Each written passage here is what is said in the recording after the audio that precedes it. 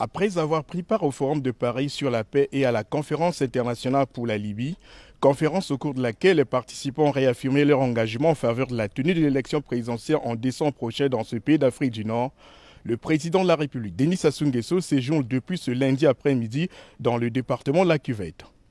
En raison de la crise sanitaire liée à la Covid-19, c'est un format réduit des autorités départementales choisies pour la circonstance qui a été adopté pour accueillir le chef de l'État à l'aéroport international de Lombo. Ce 15 novembre 2021, le président de la République est arrivé donc à Oyo pour un séjour de travail de quelques jours dont l'agenda reste toutefois à la discrétion du protocole national. On peut néanmoins penser qu'au cours de son séjour, le chef d'État pourra accorder des entretiens avec des personnalités de marque. Rappelons que sa dernière visite dans cette localité remonte au 7 novembre dernier, visite qui a permis au président congolais d'honorer la mémoire de ses parents à l'occasion du mois de la Toussaint.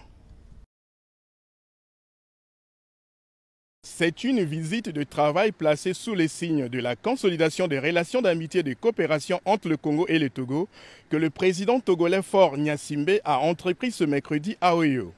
L'avion transportant le chef de l'État togolais s'est posé sur le tarmac de l'aéroport international de Lombo ce 17 novembre 2021 en fin de matinée.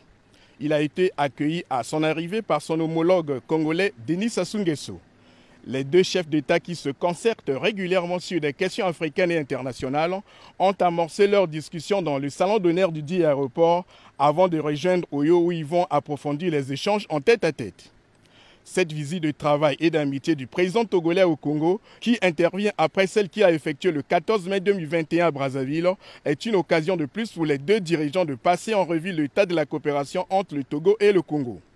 Une coopération renforcée ces dernières années par la signature de plusieurs accords bilatéraux. D'autres questions portant sur le développement du continent, notamment la consolidation de la paix et de la sécurité, ainsi que la lutte contre la pandémie de coronavirus en Afrique seront sans doute au cœur de leurs préoccupations.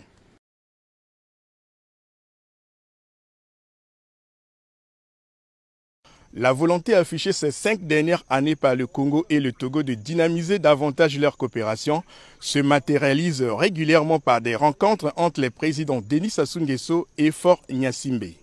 Le tête-à-tête que les deux chefs d'État ont eu ce mercredi à Oyo leur a permis de procéder à des échanges de vues approfondis sur des sujets d'intérêt commun d'ordre bilatéral, régional et multilatéral.